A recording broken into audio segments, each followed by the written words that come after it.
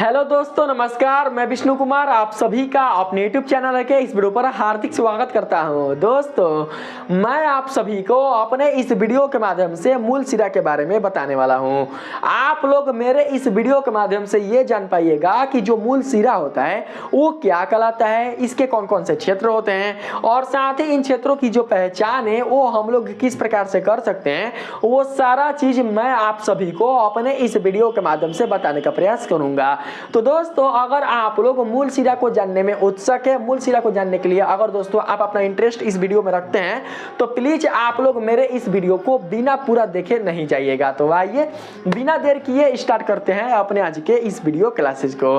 दोस्तों, मैं आप सभी को अपने इस वीडियो के माध्यम से मूल सिरा से इसलिए परिचित कराना चाहता हूं क्योंकि मैं आपको अगली वाली वीडियो में ये बताऊंगा कि पेड़ पौधों के जड़ों द्वारा जो जल का अवशोषण है वो आखिर क्यों होता है। बाबू, ये तो आप जानते होंगे कि जो पेड़ पौधों की जड़ें होती हैं वो मिट्टी से जल का अवशोषण करती है, लेकिन क्या कभी आपने अपने माइंड में ये सोचा है, कभी आपने ये विचार किया है कि आखिर पेड़ पौधों की जो जड़ें हैं वो मिट्टी से जल का अवशोषण क्यों करती है। चलो मान लेते हैं कि जो पेड़ पौधों की जड़ें होती हैं वो मिट्टी से जल का अवशोषण करती है, लेकिन दोस्तों क्या आपने ऐसा सोचा है कि पेड़ पौधों की जो जड़ें हैं जब वो मिट्टी से जल का अवशोषण करती है तो इन जलों का जो अवशोषण है पेड़ पौधों की जड़ों द्वारा वो आखिर किस प्रकार से होता है। अगर बाबू इसे अगर आप अच्छे से जान लीजिएगा तो आपको पादप वाले परिवहन में कोई भी दिक्कत नहीं होगा। तो मैं ये सारा चीजें आप सभी को अपने वीडियो के माध्यम से बताऊंगा जिससे कि आपके माइंड में कोई भी पादप परिवहन से संबंधित डाउट नहीं रह पाएगा। ठीक है, तो बाबू यहाँ पर हम लोग सबसे पहले बात करते हैं मूल सिरा पर कि जो मूल सिरा है वो क्या कहलाता है। बाबू, मैं आप सभी को बता दूं कि पेड़ पौधों की जो जड़ें होती हैं वो शाखा युक्त होती है। शाखा कहने का मतलब कि बाबू वो अलग अलग भागों में बटी हुई रहती है, जैसे कि आप इस चित्र में देख सकते हैं। देखिए यहाँ पर बाबू, यहाँ पर जो आप देख रहे हैं ये वाला भाग, ये वाला जो भाग है यह पेड़ पौधों का तना कहलाता है। क्यों? क्योंकि यह पेड़ को सीधा रखा है, पेड़ को वो तान कर रखा हुआ है, इसीलिए ये जो भाग है यह पेड़ पौधों के तना के रूप में जाना जाएगा। ये जो आप स्वरूप देख रहे हैं बाबू, ये जो स्वरूप आप देख रहे हैं यह बाबू कहलाता है पेड़ पौधों का जड़, क्योंकि बाबू यह मिट्टी के अंदर उपस्थित है। पेड़ पौधों का जो भी भाग मिट्टी के अंदर रहता है उसे ही जड़ के रूप में जाना जाता है, और ये जो जड़ें होती हैं वो शाखा युक्त होती हैं। देख सकते हैं आप लोग कि यहाँ पर ये बाबू शाखा युक्त है, यानी अलग अलग भागों में बटा हुआ है। एक भाग इधर आ गया है, एक भाग इधर आ गया है, एक भाग इधर आ गया है। और पेड़ पौधों के जड़ों की जो शाखाएं होती हैं, इन शाखाओं का जो अंतिम सिरा होता है उसी को मूल सिरा के रूप में जाना जाता है। मैंने क्या बताया? पेड़ पौधों के जड़ों के शाखाओं का जो अंतिम सिरा होता है उसी को मूल सिरा के रूप में जाना जाता है। बस आप लोग बाबू इसे ही समझ कर रखिएगा। देखिए यहाँ पर अगर हम बात करें जड़ के इस शाखा का, तो बाबू इस शाखा का जो अंतिम सिरा है वो कौन हो सकता है? इस शाखा का जो अंतिम सिरा है वो ये हो सकता है, ये हो सकता है, ये हो सकता है, ये हो सकता है, ये हो सकता है, ये हो सकता है। तो बाबू इन सिराओं को जानते हैं हम लोग क्या बोलेंगे? इन्हीं सिराओं को हम लोग मूल सिरा बोलेंगे। अगर बात करें हम लोग इस पेड़ पौधों के जड़ के इस शाखा का, तो इस शाखा में जो मूल सिरा होंगे वो बाबू ये हो जाएंगे, ये हो जाएंगे, ये हो जाएंगे, ये हो जाएंगे, ये हो जाएंगे, ये जो आप देख रहे हैं ना ये सारे के सारे क्या होंगे? ये सारे के सारे मूल सिरे हो जाएंगे। क्यों? क्योंकि यह जड़ के शाखा का अंतिम छोर है। अंतिम छोर होने के कारण ही इसे मूल सिरा के रूप में जाना जाएगा। ठीक उसी प्रकार से इस शाखा का जो अंतिम छोर होगा बाबू वो ये होगा, इसीलिए हम लोग इस छोर को मूल सिरा के रूप में जानेंगे। और एक पेड़ में अगर हम बात करें मूल सिराओं की संख्या का, तो बाबू एक पेड़ में जो मूल सिराओं की संख्या होती है वो लाखों में होती है। आप बाबू खुद इमेजिन कर सकते हैं कि अगर हम कोई बृहद पेड़ ले लें, अगर उसके हम मूल सिरा की बात करें तो बाबू उसमें जो मूल सिराएं होंगी वो लाखों हो सकती हैं। जिस प्रकार से आपके शरीर के सर पर जो बाल है इनकी संख्या लाखों में होती है, ठीक उसी प्रकार से कि एक पेड़ पौधों के जड़ों में उपस्थित, यानी सारे शाखाओं को लेकर एक पेड़ पौधों की जड़ों में उपस्थित मूल सिराओं की जो टोटल संख्या होती है वो लाखों में भी हो सकती है। तो बाबू आप लोग ये जान चुके हैं कि जो मूल सिरा है वो आखिर क्या कहलाता है। थोड़ा सा हम लोग बात करते हैं यहाँ पर मूल सिरा के दोस्तों, यहाँ पर परिचय पर ना, थोड़ा सा हम लोग इसका परिचय जान लेते हैं। देखिए बताया जा रहा है पौधों में मिट्टी से जल एवं जल में विलय खनिज लवण के अवशोषण के लिए एक पूर्ण विकसित मूल तंत्र उपस्थित होता है। बाबू हमारे शरीर में या पादपों के शरीर में जो कुछ भी क्रिया विधि होती है वो बाबू किसी न किसी सिस्टम की सहायता से होती है, किसी न किसी तंत्र की सहायता से होती है। कोई ना कोई बाबू ऐसा सिस्टम होता है, ऐसा तंत्र होता है जिससे कि हमारे शरीर में विभिन्न क्रियाओं का जो संपादन है वो बाबू सुस्पष्ट रूप से हो पाता है। अगर ये तंत्र हमारे शरीर में ना हो तो उस स्थिति में हमारे शरीर में होने वाली जो गतिविधियां हैं वो बाबू रुक जाएंगी, अवरुद्ध हो जाएंगी। अगर हम बात करें यहाँ पर मूल के लिए, तो मूल के लिए बाबू एक तंत्र होता है जिसे मूल तंत्र कहा जाता है। और मैंने आप लोगों को बार बार बताया है कि तंत्र का मतलब होता है सिस्टम, पद्धति। इस पद्धति में आने वाले जो भी भाग होंगे वह इस मूल तंत्र के संचालन के लिए सहायक होंगे। अगर इसमें से कोई भी भाग अनुपस्थित हो जाएगा तो मूल तंत्र का जो संचालन है वो बाबू बंद हो जाएगा। जैसे कि हमारा श्वसन तंत्र था, हमारा पाचन तंत्र था, तो श्वसन तंत्र में आने वाले जो भी भाग होंगे, पाचन तंत्र में आने वाले जो भी भाग होंगे, अगर कोई भी भाग अनुपस्थित हो जाएगा तो हमारे पाचन की क्रिया नहीं होगी, हमारे श्वसन की क्रिया नहीं होगी। ठीक उसी प्रकार से मूल तंत्र में उपस्थित अगर कोई भाग अनुपस्थित हो जाएगा तो मूल तंत्र के द्वारा जो क्रिया का संपादन होता है उसका संपादन बिल्कुल भी हो नहीं पाएगा। ठीक है। और बाबू आप लोग ये जानते होंगे कि जो पेड़ पौधों की जड़ें होती हैं वह मिट्टी से खनिज लवण का जो अवशोषण है वह जल की सहायता से करती है। और ये जो खनिज लवण होते हैं वो बाबू जल में आयन के रूप में घुले हुए रहते हैं, इसलिए जो पेड़ पौधों की जड़ें होती हैं वो मिट्टी से खनिज लवण का जो अवशोषण है वो आयन के रूप में ही करती है। ठीक है। आगे बात करते हैं। इसमें बाबू पौधों की जड़ें काफी शाखा युक्त होती है। मैंने बताया ना कि पेड़ पौधों की जो जड़ें होती हैं वो काफी शाखा युक्त होती हैं। देख सकते हैं बाबू ये क्या है, ये शाखा युक्त है, यानी कि अलग अलग भागों में ये बटी हुई है, इसीलिए इनको हम लोग शाखा बोलेंगे। ऊपर भी देख सकते हैं कि अलग अलग भागों में बटा हुआ है तो इसे हम लोग शाखा बोल सकते हैं। लेकिन ऊपर की जो संरचना होती है वो नीचे की संरचना से भिन्न होती है, नीचे की संरचना से अलग होती है। समझ रहे हैं ना आप लोग। आगे बात करते हैं हम लोग बाबू। इधर देख सकते हैं पौधों की जड़ें काफी शाखा युक्त होती है और जड़ की हर शाखा के अंतिम छोर को मूल सिरा कहा जाता है। जैसा कि मैंने आप लोगों को पहले बताया कि पेड़ पौधों की जड़ की जो शाखाएं होती हैं इनका जो अंतिम सिरा होता है उसी को मूल सिरा कहा जाता है। तो आप लोग बिल्कुल भी भूल नहीं कीजिएगा। ठीक है। फिर है आगे, एक जड़ में लाखों मूल सिराएं मौजूद होती है। इसके बारे में भी मैंने आप लोगों को बताया। जिस प्रकार से हमारे जो सर होता है, सर में जो बाल होता है उनकी संख्या लाखों में होती है, ठीक उसी प्रकार से पेड़ पौधों की जड़ों में जो मूल सिराओं की संख्या होती है वो लाखों में होती है। एक जड़ में लाखों मूल सिरा मौजूद होती है। प्रत्येक मूल सिरा के अंत में मूल टोप उपस्थित रहता है। तो बाबू यहाँ पर जो मूल टोप है वो क्या होता है आप लोग इसे जानिएगा। देखिए जो मूल टोप है ना वो बाबू मूल सिरा का अंतिम बिंदु है। मूल सिरा का जो लास्ट जो बिंदु है उसी को मूल टोप कहा जाता है। जैसे कि मानकर चलते हैं कि हमारे पास इस शाखा का जो अंतिम जो मूल सिरा है वह यह है बाबू, यह ठीक ना, यही क्या है मूल सिरा है। अगर हम बात करें मूल टोप का तो इसका जो अंतिम बिंदु होगा ना, अंतिम बिंदु ये वाला ये जो आप अंतिम बिंदु देख रहे हैं अंतिम बिंदु, इसी को मूल टोप कहा जाता है। इसी को बाबू मूल टोप के रूप में जाना जाता है। तो बाबू ये था परिचय किसका, तो मूल सिरा का। थोड़ा सा हम लोग बात करते हैं मूल सिरा के क्षेत्र का। आप लोगों को मूल सिरा के क्षेत्र से ही मूल सिरा के बारे में अच्छी तरीके से जानकारी हासिल करनी है। तो बात करते हैं क्षेत्र का। बाबू अगर हम लोग बात करें प्रत्येक मूल सिरा के क्षेत्र का, तो जो प्रत्येक मूल सिरा के क्षेत्र होते हैं वह क्रमशः 4 भागों में विभाजित होते हैं। पहला जो भाग है वो कहलाता है विभज्योतक क्षेत्र, दूसरा कहलाता है वृद्धि क्षेत्र, तीसरा कहलाता है मूलरोम क्षेत्र। अगर बात करें हम लोग अंतिम क्षेत्र का तो वह कहलाता है परिपक्वता क्षेत्र। बाबू हम लोग यहाँ पर बात करते हैं सबसे पहले क्षेत्र पर विभज्योतक क्षेत्र की। जो विभज्योतक क्षेत्र है वो क्या कहलाता है, मैंने आप लोगों को अभी बताया कि पेड़ पौधों की शाखाओं का जो अंतिम सिरा मूल सिरा के रूप में जाना जाता है उसका जो अंतिम बिंदु है वही मूल टोप के रूप में जाना जाता है। जो अंतिम बिंदु होता है उसे ही हम लोग मूल टोप कहते हैं। तो बाबू मूल टोप का जो ऊपरी भाग होगा ना, मूल टोप का जो ऊपर का हिस्सा होगा ना उसी को कहा जाता है विभज्योतक क्षेत्र। देखिए इसमें लिखाया गया है यह मूल सिरा के निकट का भाग है जिसकी कोशिकाएं सक्रिय रूप से विभाजित होते रहती है। मतलब है कि इनकी जो कोशिकाएं होती है विभज्योतक क्षेत्र की, यह बाबू जीवित होती हैं। तो देख सकते हैं मैंने यहाँ पर जो फिगर लिया हुआ है वो लिया हुआ है मूल सिरा का, और इसमें बाबू आपको 4 भाग देखने को मिल रहे होंगे मूल टॉप को छोड़कर।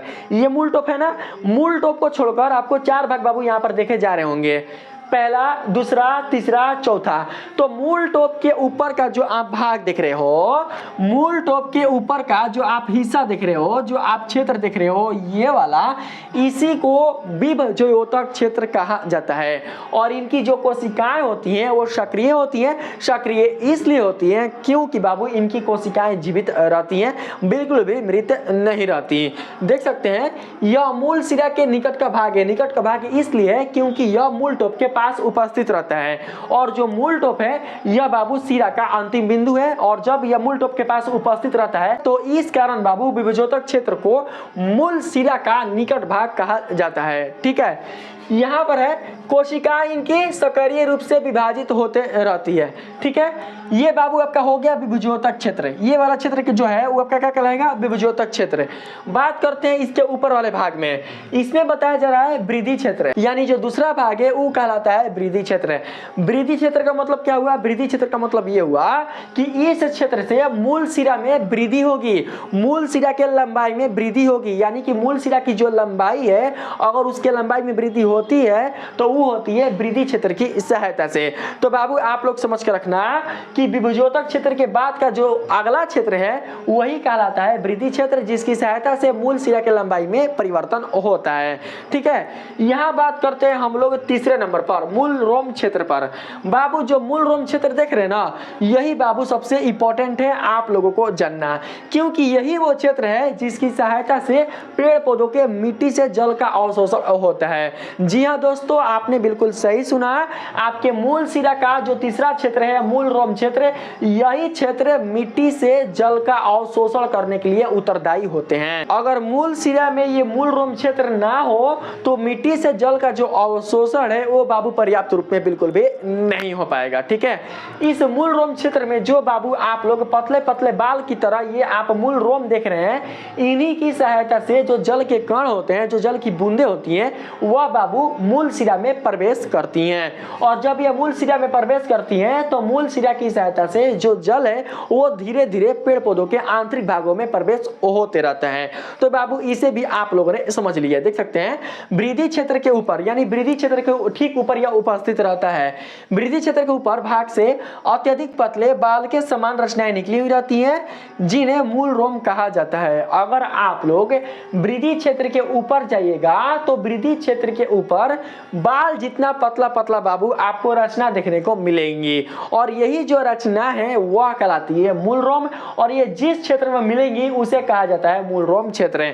और इसी मूल रोम क्षेत्र के मूल रोम के द्वारा मिट्टी से जल का अवशोषण किया जाता है। ऐसा नहीं है कि मिट्टी से जो जल का अवशोषण है वह मूल टॉप से किया जाता है या फिर विभज्योतक क्षेत्र से किया जाता है। नहीं बाबू, मिट्टी से जो जल का अवशोषण है वह सर्वप्रथम मूल रोम क्षेत्र में उपस्थित मूल रोम की सहायता से किया जाता है। यानी जल का जो प्रवेश है वह पेड़ पौधों के जड़ों के मूल सिरा के मूल रोम से होता है। तो आप लोग इसे समझकर रखिएगा। ठीक है, तो अगर मैं आपको अगली वीडियो में ये बताऊंगा कि मिट्टी से आने वाली जो जल के बूंदे होते हैं वह पेड़ पौधों के जड़ों के मूल सिरा के मूल रोम में प्रवेश करते हैं, तो बाबू आप लोग चौक मत जाना कि ये मूल रोम क्या होता है और मूल रोम में ही क्यों प्रवेश करते हैं, क्योंकि बाबू मैंने आप लोगों को इस वीडियो में बता चुका है। ठीक है, आगे बात करते हैं हम लोग बाबू लास्ट क्षेत्र पर, जिसे कहा जाता है परिपक्वता क्षेत्र। इसको कहा जाता है मैच्योर फील्ड, यानी ये पूरी रूप से क्या होते हैं, मैच्योर होते हैं। ठीक ना, तो बाबू बात करते हैं हम लोग परिपक्वता क्षेत्र में। इसमें है मूल रोम के ऊपर परिपक्वता क्षेत्र होता है, जिस भाग से पौधों की जड़ें मिट्टी को पकड़े रहती है। बाबू अगर आपके एग्जाम में ऐसा क्वेश्चन आ जाए कि पेड़ पौधों की जड़ों का ऐसा वो कौन भाग है जिसकी सहायता से जो पेड़ है वो मिट्टी की सतह पर खड़ा रहता है, तो आपका जवाब क्या होगा? तो बाबू आपका जो जवाब होगा वो होना चाहिए परिपक्वता क्षेत्र। जी हाँ बाबू, आपने सही सुना। मूल शिरा के चारों भागों में जो अंतिम भाग है परिपक्वता क्षेत्र, यही वो भाग है जिसकी सहायता से जो पेड़ होते हैं वो मिट्टी की सतह पर खड़े रहते हैं। यही वो क्षेत्र है जो कि मिट्टी को कस के पकड़े हुए रहता है। ये जो आप बाबू क्षेत्र देख रहे हो, ये क्षेत्र देखो, ये जो आप क्षेत्र देख रहे हो, मूल रोम क्षेत्र, वृद्धि क्षेत्र, विभज्योतक क्षेत्र और मूल टॉप, ये बाबू मुलायम क्षेत्र होते हैं। ये बिल्कुल भी मिट्टी को पकड़े हुए नहीं रखते हैं। ये बाबू बहुत ही कमजोर होते हैं, बहुत ही नरम होते हैं। मिट्टी को पकड़ने वाला जो हिस्सा होता है, जो क्षेत्र होता है पेड़ पौधों की जड़ों का, वो होता है परिपक्वता क्षेत्र। इसी क्षेत्र के कारण एक जो पेड़ होता है वो मिट्टी की सतह पर खड़ा रहता है। देखो ये जो आप देख रहे हो ना, ये वाला भाग, ये वाला भाग, ये वाला भाग, ये वाला भाग, ये सब जो देख रहे हैं ना, ये सब परिपक्वता क्षेत्र है। मतलब इनकी जो कोशिकाएं वो मर चुकी है, मृत है। ये बाबू एक काष्ठ की तरह है, यह मजबूत है। इनकी जो दीवारें वो काफी बाबू सख्त है, काफी मजबूत है। इसलिए बाबू इन भागों को हम लोग क्या बोलेंगे, इन भागों को हम लोग परिपक्वता बोलेंगे। ठीक है, समझ कर रखिएगा। यानी कि मूल रोम क्षेत्र के ऊपर के पेड़ पौधों के जड़ों का जो भाग है वही बाबू परिपक्वता क्षेत्र कहलाता है। जैसा कि मैंने आप लोग को अभी बताया, सारे क्या कहलाएंगे, सारे जो भाग है यह परिपक्वता क्षेत्र कहलाएंगे, क्योंकि इनकी जो कोशिकाएं है वो मर चुकी है। मैंने आप लोगों को बता चुका है। थोड़ा सा हम लोग बात करते हैं इस डायग्राम पर।